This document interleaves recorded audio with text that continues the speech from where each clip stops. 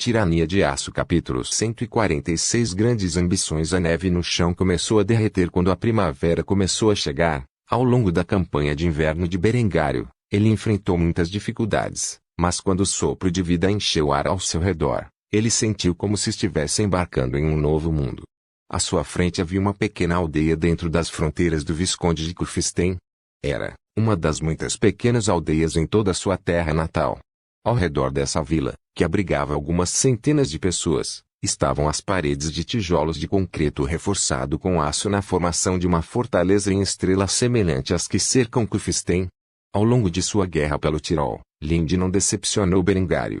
Como responsável por manter os planos de Berengário enquanto esteve ausente, ela havia supervisionado a construção de fortalezas da estrela ao redor do Visconde de Curfisten e, depois de muitos meses, quase todas estavam concluídas. O valor desses poderosos bastiões e dos canhões montados sobre eles não podia ser subestimado.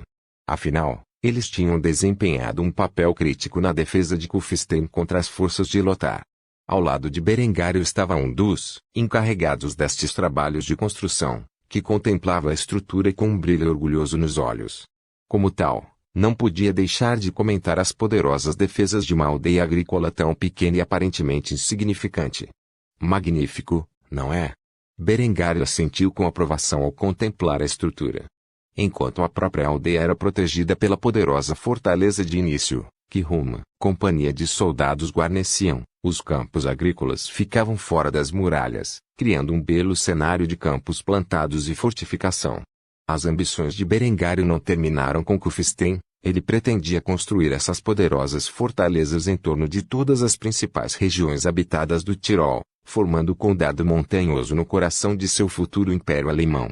A despesa seria grande, mas com o aumento do território que havia conquistado e a abundância de recursos naturais, ele poderia construir. Berengário entrou na cidade a cavalo cercado por um grupo de coraceiros que atuavam como sua guarda pessoal no momento. Era uma pequena cidade agrícola, mas suas muralhas a faziam parecer uma importante fortaleza. Os moradores conviviam pacificamente com a guarnição, encarregada de defendê-los, muitas vezes oferecendo-lhes comida e água enquanto montavam a guarda entre as muralhas das poderosas muralhas de concreto. Quando os aldeões locais notaram que o homem que passava por sua aldeia era o próprio conde do Tirol, eles instantaneamente abriram caminho para ele por respeito. Muitas jovens começaram a fofocar entre si, pois puderam testemunhar em primeira mão a aparência majestosa do infame Berengário. Entre a população do Visconde de Curfisten, Berengário tornou-se uma lenda. Sua ascensão ao poder e seu desafio à corrupção da igreja começaram a ser divulgados por menestréis errantes. Embora esses épicos bárdicos exagerassem muito suas realizações, eles rapidamente capturaram a imaginação da população comum, atuando como fonte de inspiração em suas vidas diárias.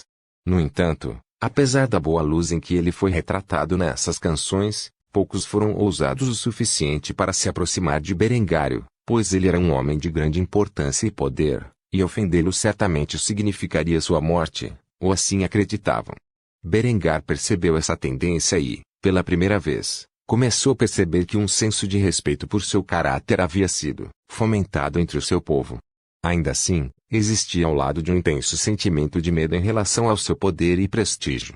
As duas emoções coexistiam perfeitamente para criar um equilíbrio harmonioso nas mentes de seus cidadãos. Ser temido e respeitado era um equilíbrio que poucos haviam alcançado na vida e, no entanto, era isso que Berengar havia começado a cultivar na esteira de suas vitórias avassaladoras. Depois de chegar ao centro da cidade, Berengário desmontou de seu cavalo e olhou em volta para o ambiente.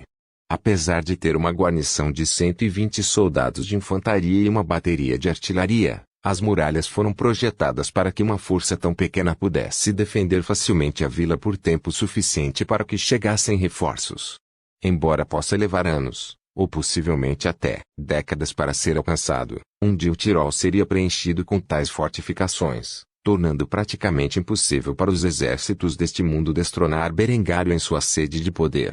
Berengário sabia que quanto mais território conquistasse, mais tempo e esforço teria de gastar para introduzir suas reformas em sua vida. Ele teria a sorte de industrializar a totalidade de seu futuro império. Na verdade, a probabilidade era de que ele deixasse um legado de industrialização para seus sucessores realizarem. No entanto, Berengário garantiria que, nesta vida, ele unisse as regiões de língua alemã em um único império e conquistasse colônias suficientes no exterior para garantir a hegemonia alemã nos próximos séculos. Enquanto Berengário contemplava esta bela cidade agrícola, que era apenas uma das muitas em todo o Tirol.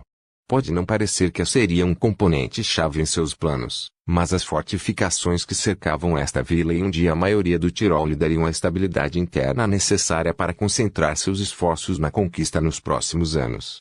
Depois de olhar para o grau de segurança que permitiu que as pessoas desta cidade vivessem em um ambiente feliz e despreocupado, apesar de uma grande guerra acontecendo, Berengar percebeu que a despesa de expandir este projeto para abranger todas as regiões habitadas do Tirol era bem vale a pena. Sem uma rede de defesa tão poderosa, esses aldeões que realizavam suas tarefas diárias com um sorriso amigável poderiam estar sujeitos aos horrores da guerra. Uma realidade na qual Berengário achava cruel demais para as boas pessoas de seu reino. Como tal, Berengário olhou para o arquiteto que liderou o projeto de construção desta cidade e instruiu a fazer o inconcebível. Se eu quero mais aldeias como esta, quantas você e os outros arquitetos puderem construir. Eu quero que o Tirol se torne um símbolo do meu poder. Que você não corte nenhum canto no processo. O arquiteto olhou para Berengário como se fosse um louco. A despesa para construir uma fortaleza estelar como esta não era uma soma menor. Construí-los em todo o Tirol custaria facilmente uma fortuna. No entanto, Berengário foi inflexível e, apesar da despesa, sabia que poderia pagar por isso. Esta guerra em toda a Alemanha deveria durar anos, e onde há guerra, há lucro a ser feito. Com o novo setor industrial de Innsbruck quase concluído, Berengar teria o dobro do poder industrial e poderia fornecer a todas as facções desta guerra armas e armaduras necessárias para manter seus exércitos. Depois de ver a expressão ousada nos olhos de Berengário que parecia desafiar os céus com suas ambições, o arquiteto engoliu a saliva que se acumulara em sua boca e inclinou a cabeça respeitosamente ao jovem conde. Vossa Excelência, farei o que você ordena. Com isso, começaram os planos de Berengário de transformar todo o condado do Tirol em um enclave montanhoso impenetrável. Embora levasse anos, possivelmente até décadas para ser concluído, até o final dessa iniciativa ambiciosa, um dia em um futuro distante, o povo do Tirol viveria na região mais segura do mundo. Tirania de Aço capítulo 147 Contato com os bizantinos. Um homem com cabelo escuro curto em forma de corte César e olhos verde esmeralda estava sentado dentro dos limites de sua carruagem luxuosa. Ele estava em seus 20 e tantos anos e bastante bonito, tanto que podia dar a Berengário uma corrida pelo seu dinheiro. Ele tinha as feições régias de um patrício romano e vestia roupas luxuosas de seda no estilo comum entre o alto escalão da aristocracia do Império Bizantino. Embora o reino alemão estivesse atualmente em estado de guerra total, ele viajou pela Europa por muitos meses na tentativa de obter uma audiência com um homem conhecido como Berengar von Kufstein. Berengário há muito fazia uso das redes comerciais em toda a Europa e no Mediterrâneo para adquirir seda do Império Bizantino para atender às demandas de sua indústria têxtil. No entanto, seu nome não teve muito peso no mundo oriental. Afinal, mesmo agora como conde, ele não era uma figura significativa nos assuntos do mundo. Sua qualidade mais conhecida foi ser declarado herege pela Igreja Católica. Embora a Igreja Ortodoxa fosse um ramo separado do cristianismo dos católicos, eles ainda eram bastante amigáveis com seus irmãos ocidentais nesta linha do tempo. Como tal, ser declarado herege pela Igreja Católica praticamente transitou para a Igreja Ortodoxa Oriental. No entanto, o homem na carruagem não se importava com esses detalhes. Em vez disso, ele tinha uma proposta de negócios para Berengário na qual acreditava que o jovem conde não poderia recusar. O homem que chegou a Kufstein em breve era um nobre poderoso que ocupava a posição equivalente de um duque na aristocracia bizantina. Supostamente, Aretas Maniacas poderia traçar sua linhagem até um dos maiores imperadores romanos de todos os tempos, Aureliano. Um homem que era tão profundo, ele possivelmente poderia ter evitado o colapso do Império Romano se a traiçoeira guarda pretoriana não o tivesse assassinado antes que seu trabalho estivesse terminado. Aretas era por direito próprio um estadista general exemplar, tendo pessoalmente liderado o ataque ao Egito nos anos anteriores. Ele garantiu uma posição na guerra contra o sultanato mameluco, que atualmente detinha o controle da região. No entanto, Apesar de suas impressionantes vitórias que permitiram aos bizantinos obter vantagem no Egito, ele não podia acreditar nos rumores que ouvira sobre Berengário. Se Berengário soubesse que um poderoso estratego do Império Bizantino viria ao seu encontro, teria preparado um banquete. Afinal, tal posição era muito mais alta do que ele ocupava atualmente. No entanto, o homem decidiu aparecer sem avisar para testar Berengário e seu personagem. Um nobre de outra região entrando em seu território sem avisar era um sinal de desrespeito, e isso não era desconhecido para Aretas. No entanto, quando o homem pôs os olhos nas intrincadas defesas da cidade de Cufistém, não pôde deixar de ficar impressionado. Essas muralhas poderosas eram comparáveis às muralhas teodosianas de Constantinopla, não. Elas podem até ser superiores em capacidades defensivas. Depois de chegar ao posto de controle dos portões da cidade, Aretas notou que toda a guarnição estava usando um grau de armadura de placas e carregando armas estranhas penduradas nas costas.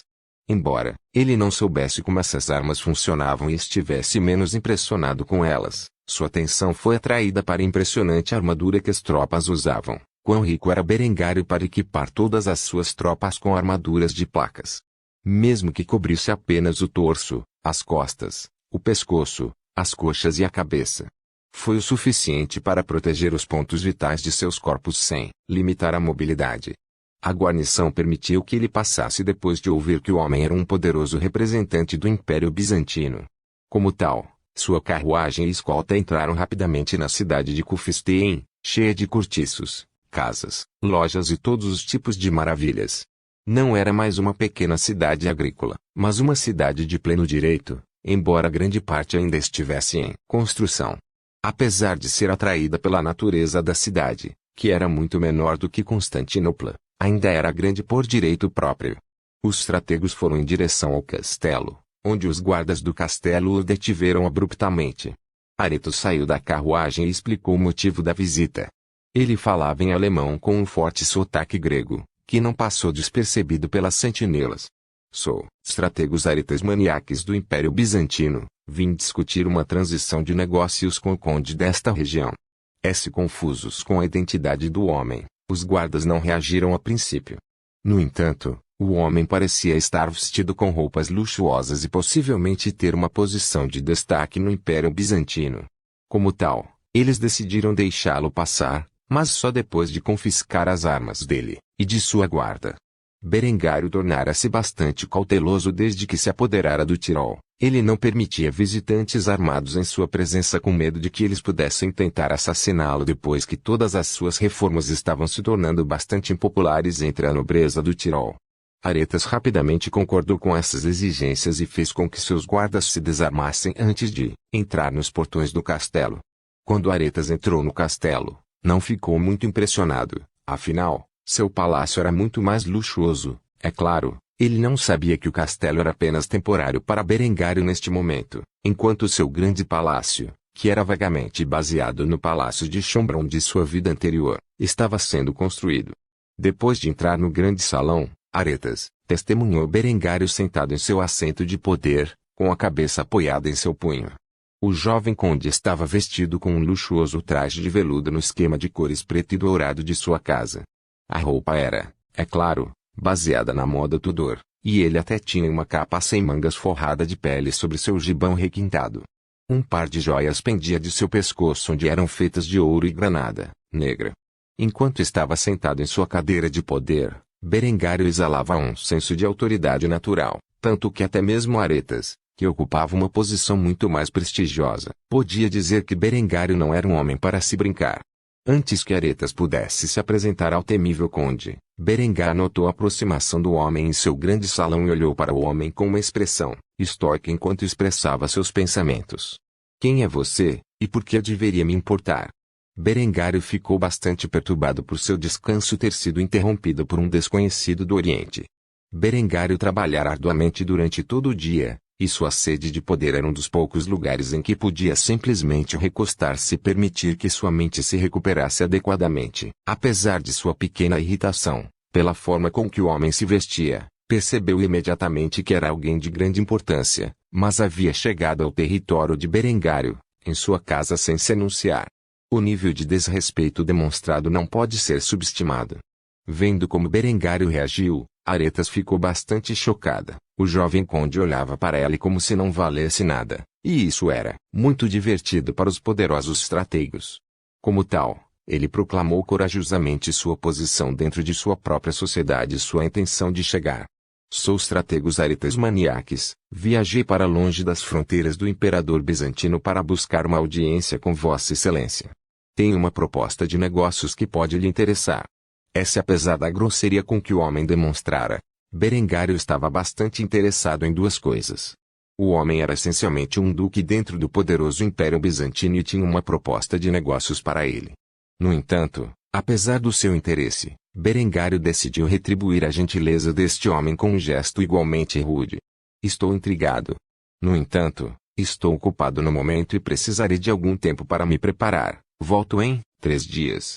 Por fim, Berengário decidiu esnobar o homem. Por enquanto, o nível de desrespeito que lhe foi mostrado teve que ser pago em espécie antes que ele pudesse seguir em frente. Era mesquinho, mas se ele aceitasse esse desrespeito, significava que qualquer nobre de nascimento superior poderia passar por cima dele.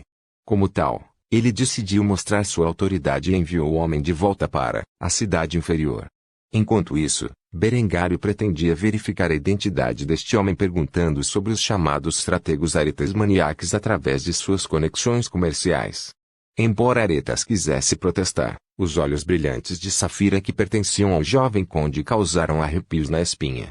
Afinal, ele estava desarmado e de pé em seu grande salão cercado por um grupo de homens armados. Como tal, Aretas jogou pelo seguro e decidiu voltar para a cidade descansar por alguns dias antes de retornar. Ao sair do castelo, um largo sorriso apareceu no rosto do homem enquanto ele expressava seus pensamentos em voz alta. Bem jogado.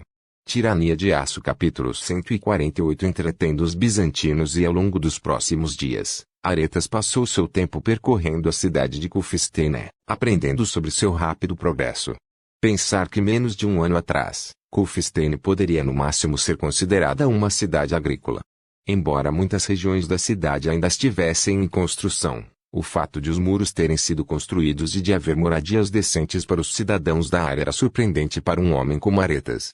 O layout geral da cidade foi construído de uma maneira que não apenas levava em conta o status de segurança, mas também criava certos distritos que permitiam uma vida organizada. De longe, o distrito industrial era o maior desses distritos e, no entanto, o distrito comercial estava em segundo lugar. A maior parte do projeto de Cufistene é que as paredes se estendiam muito além das regiões atualmente habitadas da cidade, permitindo o potencial de dezenas de milhares de habitantes a mais habitarem a cidade no futuro. Claro, outra série de muros sempre poderia ser construída, se a cidade crescesse além de seus limites atuais. Embora o distrito industrial estivesse em grande parte fechado aos visitantes, ver uma quantidade tão grande de fumaça no ar levou Aretas a acreditar que havia definitivamente uma enorme produção industrial criada nesta cidade. Embora, é claro, ele não acreditasse na quantidade de aço produzida todos os meses em Cufistene se ouvisse a quantidade exata. Aretas tinha vindo inicialmente para Cufistene para garantir um acordo comercial exclusivo com Seda, afinal, seu território pessoal cultivava grandes quantidades de material, e ele sabia que Berengário estava gastando uma grande soma para adquiri-lo. No entanto, vendo como a guarnição de Berengário estava bem equipada, Aretas acreditava que poderia importar uma grande quantidade de ferro do Tirol para o Império, o que ajudaria muito as forças do Império. Ele não tinha como saber que a armadura de meia placa enegrecida que as forças de Berengário usavam era na verdade feita de aço temperado e revinido. Depois de 3 dias, o nobre bizantino retornou ao castelo de Berengário e mais uma vez ficou diante dele no grande salão. Berengário foi o primeiro a puxar conversa. Eu sou o conde Berengar von Cufistene, você está aqui em meu território e chegou sem avisar. Seja grato por minha benevolência, pois eu lhe concedi uma audiência apesar do desrespeito que você me mostrou. Só porque Aretas era um homem com uma posição semelhante à de um duque não significava que Berengário iria recuar. Como tal, decidiu enfatizar que este encontro se devia unicamente à sua boa índole e ao seu perdão. No entanto, Aretas não parecia abalado pela postura de Berengário e reapresentou-se com muita confiança. Eu sou Stratégos Aretas Maniaques. Viajei uma grande distância para estabelecer comércio com sua região. Eu sei que você tem um grande desejo por seda, e eu tenho um grande suprimento de tal material que estou disposto a negociar. Eu prometo você que se você me tornar seu parceiro comercial exclusivo a esse respeito, eu lhe darei um desconto decente nos materiais e poderei atender sua demanda. Até trouxe uma grande quantidade de seda crua para você navegar e ver se sua qualidade está de acordo com seus padrões. Berengário sorriu ao ouvir a notícia de que a outra parte tinha uma grande quantidade de seda para vender. Adquirir seda para as crescentes demandas de sua indústria têxtil estava se tornando mais difícil, incorrendo em despesas crescentes e uma margem de lucro menor. Como tal, ele estava mais do que feliz em negociar um preço com o homem. Assim Berengário se levantou de seu assento e desceu os degraus da plataforma onde seu assento de poder foi colocado antes de ficar na frente do homem cara a cara.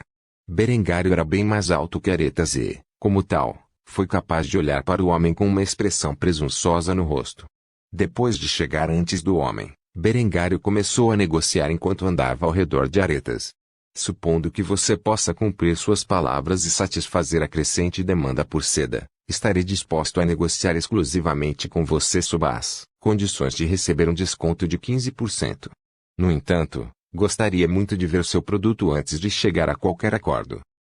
Para Berengário, este era um pedido razoável, afinal, ele estaria comprando em grandes quantidades e queria um desconto no atacado, e esse desconto era mais do que razoável para os padrões de sua vida anterior. Claro, ele estava disposto a negociar um desconto mínimo de 10%. No entanto, o que surpreendeu foi que Aretas concordou imediatamente com seus termos. Tais termos são aceitáveis para mim. Se você quiser ver minhas mercadorias, podemos ir ao distrito comercial de sua cidade, onde deixei meus suprimentos sob a proteção da guarda da minha casa. Assim Berengário fez sinal para que um grupo de guardas que o acompanhasse seguissem Aretas até a cidade abaixo, onde caminharam um pouco, captando a atenção dos cidadãos que começaram a fofocar sobre a cena. Havia muitos rumores sobre um homem oriental ricamente vestido conversando com Berengário, o conde do Tirol. Berengário estava bem habituado a esse tipo de conversa. Era comum os locais mexerem com ele sempre que dava um passeio pela cidade e, como tal, não lhe davam atenção. Eventualmente, Aretas e Berengário chegaram às suas carroças, que continham um enorme suprimento de tecido de seda cru. Berengário inspecionou cuidadosamente o material para ver quaisquer falhas óbvias. Depois de um longo período de tempo, ele finalmente sorriu e acenou com a mão. Se você puder fornecer essa quantidade e qualidade de seda em intervalos regulares, acredito que podemos concordar. Aretas retribuiu um sorriso de Berengário e afirmou com confiança que ele seria capaz de atender às suas exigências. Posso fornecer tudo isso e muito mais todos os meses. Minha frota mercante pode viajar da Jônia ao Mar Adriático, onde eles viajarão de caravana para Kufstein. Desde que a proteção adequada seja fornecida para eles quando entrarem pela Áustria, ele certamente chegará a Kufstein dentro desse período de tempo. Berengário ficou instantaneamente feliz com esta notícia. Finalmente, ele poderia expandir o comércio dos têxteis mais luxuosos e com uma margem de lucro decente. Suas margens de lucro aumentariam com esse negócio, e ele estava satisfeito com isso. Depois de apertar a mão do homem, Berengário convidou Aretas para compartilhar uma refeição com ele em seu castelo. Que tal você ficar no meu castelo para jantar esta noite? Eu prometo a você que você não vai se arrepender da boa cozinha do Tirol. Depois de ouvir a oferta do jovem conde, Aretas acenou com a cabeça em concordância. Afinal, quanto mais amigo ele se tornasse com Berengário, mais provável era que conseguisse pôr as mãos em seu ferro. Assim, o carregamento de seda era levado para as fábricas têxteis de Berengário, onde seria convertida em veludo e desenhada em vestuário da moda. Gual trocou de mãos entre os estrategos e o jovem conde. Eventualmente, eles voltaram ao castelo para compartilhar uma refeição para celebrar o novo comércio lucrativo entre os seus dois territórios. Sem saber, este acordo comercial teria efeitos importantes sobre o futuro deste mundo e a relação entre o Império Alemão em ascensão e os bizantinos para o Oriente. Por favor, certifique-se de verificar meus outros vídeos.